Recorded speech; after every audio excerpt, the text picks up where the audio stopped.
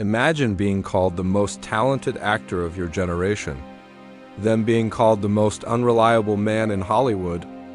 Imagine going from Oscar nominations to jail cells and then becoming the face of a billion-dollar franchise. That's not a movie script. That's the real story of Robert Downey Jr. Robert Downey Jr. was born into Hollywood. His father was a filmmaker and he started acting as a child. By the late 1980s and early 1990s, critics were already calling him a once-in-a-generation talent.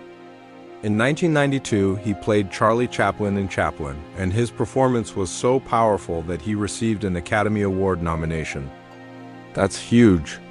At that point, his career trajectory looked like he would become one of the all-time great dramatic actors. But here's where the story takes a dark turn. Throughout the 1990s, Robert struggled deeply with addiction. And addiction in Hollywood is not just a personal issue, it becomes a professional liability. He was arrested multiple times. He violated probation. He served jail time.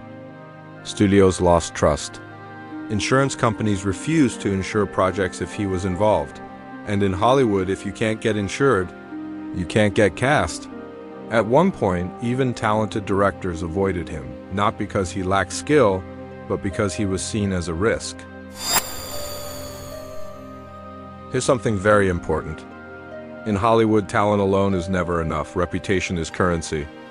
Once that currency crashes, it's extremely difficult to rebuild. Many actors disappear after scandals or addiction struggles. So why didn't Robert Downey Jr. disappear permanently? Because his comeback wasn't accidental.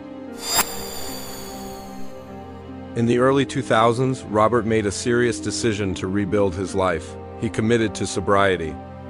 But recovery alone doesn't automatically restore industry trust. He started taking smaller roles. He proved he could show up on time. He rebuilt credibility slowly.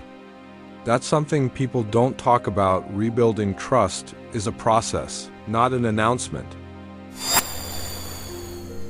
Then came 2008. Marvel Studios was preparing a film called Iron Man. At that time, Marvel wasn't the giant it is today. It was a gamble. Director Jon Favreau believed Robert Downey Jr. was perfect for Tony Stark, but some executives were against it. They thought his past was too risky. But here's the interesting part. Tony Stark is a flawed genius. Arrogant, brilliant, self-destructive, then forced to rebuild himself. Sound familiar? Robert wasn't just playing a role. He understood it. I think what made this comeback powerful is authenticity. Audiences didn't just see a superhero.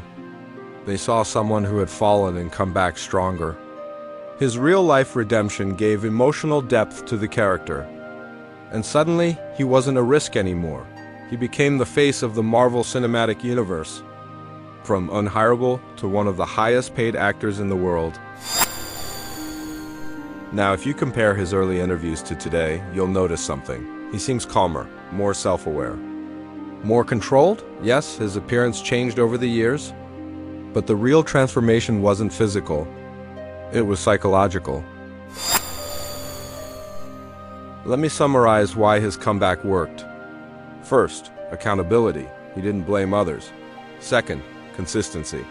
He rebuilt trust slowly. Third, alignment. He found a role that matched his real-life story. That combination is rare.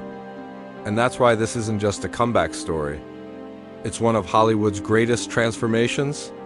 If you enjoy deep breakdowns of celebrity transformations, not just how they look, but how they evolve, subscribe to Time Frame Beauties.